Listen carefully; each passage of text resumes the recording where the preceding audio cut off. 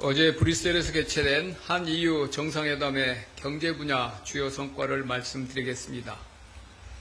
먼저 EU의 철강 무관세 쿼터 관련 사항입니다. 우리 대통령은 EU 정상회담을 통해 한국의 철강 무관세 쿼터 최대 확보를 위해 FTA 체결국이자 전략적 파트너인 한국에 대한 우호적 고려를 강력히 요청하였습니다. 최근 글로벌 철강 공급 과잉에 대한 우려가 확대되면서 미국, EU, 영국, 캐나다 등 주요국들은 자국 철강산업 보호를 위한 수입 규제를 새로이 도입하거나 강화하고 있습니다. EU 역시 2018년부터 운영해온 WTO 기반 철강 글로벌 세이프가드 조치가 2026년 6월 30일 종료됨에 따라 이를 대체하기 위한 새로운 철강 수입 제도를 마련하였으며 철강 공급 과잉 대응법을 제정하여 7월 1일부터 시행할 예정입니다. EU는 동제도를 통해 철강 30개 품목의 관세를 50%로 인상하되 일정 물량에 대해서는 무관세 수입을 허용하는 관세 할당 제도, 즉 TRQ를 운영할 계획입니다.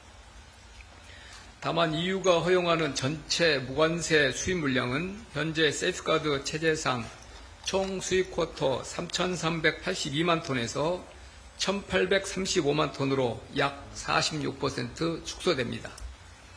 이는 EU 시장에 철강을 수출하는 주요 국가 간 경쟁을 한층 심화시키고 시장 접근 여건에도 상당한 변화를 초래할 것으로 예상됩니다. EU는 우리나라의 두 번째 철강 수출 시장으로 작년 기준 한국의 총 철강 수출 2,825만 톤 중 324만 톤을 EU로 수출했습니다. 현재 우리나라는 EU로부터 약 258만 톤 규모의 국가 무관세 쿼터를 배정받아 EU 시장에 자동차, 조선, 기계, 에너지 등 다양한 산업 분야에서 한국산 철강을 공급하고 있습니다. 이번 협상은 단순히 철강 업계만의 문제가 아닙니다. 우리 철강 산업은 국가 경제의 중추이자 반드시 지켜내야 할 핵심 기간 산업입니다. 자동차, 조선, 건설 등 대한민국 주력 산업의 경쟁력은 우리 철강 산업의 탄탄한 뒷받침을 바탕으로 만들어졌습니다. 그러나 지금 우리 철강업계는 글로벌 공급 과잉과 보호무역주의 확산이라는 전례 없는 거센 파도 속에서 큰 어려움을 겪고 있습니다. 철강 산업이 흔들릴 경우 고용, 협력업체, 지역경제까지 연쇄적으로 영향을 받을 수 있습니다. 따라서 철강 산업의 경쟁력 유지는 개별 기업의 문제가 아니라 제조업 기반과 공급망 안정, 국가 산업 경쟁력을 지키기 위한 핵심 과제입니다. 정부는 EU의 새로운 철강 수입 제도가 우리 철강업계의 대EU 수출과 현지 공급망에 미치는 영향을 매우 엄중하게 인식하고 우리 기업들이 FTA 체결국으로서 정당한 대우를 받고 안정적인 시장 접근 기회를 유지할 수 있도록 협상 초기부터 총력 대응해 왔습니다. 지난 4월 시작된 이번 협상은 EU의 신규 제도 시행일인 7월 1일을 앞두고 매우 제한된 시간 내에 진행되다 보니 여러 측면에서 어려움이 있었으나 이번 한 EU 정상회담은 최고위급에서 동 문제를 제기할 수 있는 더할 나위 없이 좋은 계기가 되었습니다. 이재명 대통령께서는 한 EU 정상회담에서 철강 문제가 양국 관계에 갖는 중요성을 설명하고 한국 기업들이 불합리한 불이익을 받지 않도록 최선의 배려와 관심을 기울여 줄 것을 요청하였습니다. 특히 동 조치가 철강 산업뿐 아니라 양국 간 산업 협력, 공급망 안정, 투자 및 고용에 광범위한 영향을 미칠 수 있다는 점을 설명하며 한 EU FTA를 통해 구축된 호혜적 경제 협력 관계와 전략적 동반자 관계에 걸맞는 결과가 도출될 필요가 있다는 점을 강조하였습니다. 또한 한 EU FTA에 따른 상호 이익이 훼손되지 않도록 철강뿐만 아니라 다른 영역에서 이해관계를 조정하여 줄 것을 요청하였습니다. 이에 대해 EU 측은 한국은 공동의 가치를 공유하는 국가이자 전략적으로 중요한 파트너 국가이므로 우리의 요청을 최대한 고려하겠다고 했습니다. 정상회담이라는 계기 외에도 동철강 쿼터 협상 기간 중에 브뤼셀을 가장 많이 방문한 국가가 한국이었습니다. 양국 정상의 지침에 따라 우리 통상교섭본부장과 EU 통상집행위원 간 한국 철강 쿼터 물량에 대해 집중적인 협상을 진행하여 상당한 진전을 이루었으며 아직 공개하지는 못하지만 여타국 대비 좋은 결과가 있을 것으로 보입니다. 이는 유사한 입장을 가진 파트너 간 생산적인 협력의 결실을 보여주는 좋은 사례가 될 것입니다. 철강 쿼터 외에도 여러 의미 있는 경제 통상 분야 논의가 있었습니다. 핵심 내용은 어제 양국 공동성명을 통해 공개됐으나 공동성명에 포함되지 않은 내용 중심으로 추가 설명을 드리겠습니다.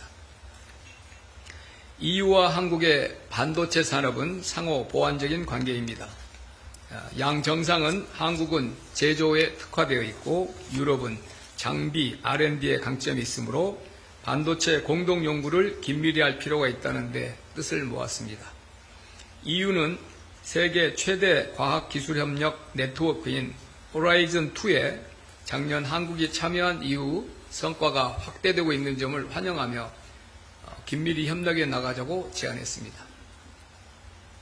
한국과 EU는 방위산업 협력 필요성에 대해서도 상호 공감했습니다. EU는 한국이 고품질의 제품을 신속히 생산하는 것이 매우 혁신적이라고 평가했습니다. 이어서 한국이 대체 불가 국가라면서 유럽 방위산업 발전에 한국의 도움이 절실하다고 강조했습니다.